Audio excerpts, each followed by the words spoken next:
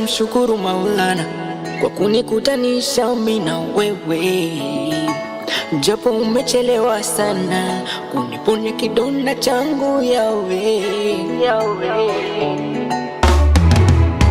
Siku hizi mbona maabadharani wanaulizana nikiwa nashangilia, nimeamini umenitua mzigo wa umaskini, nami nafurahi kuna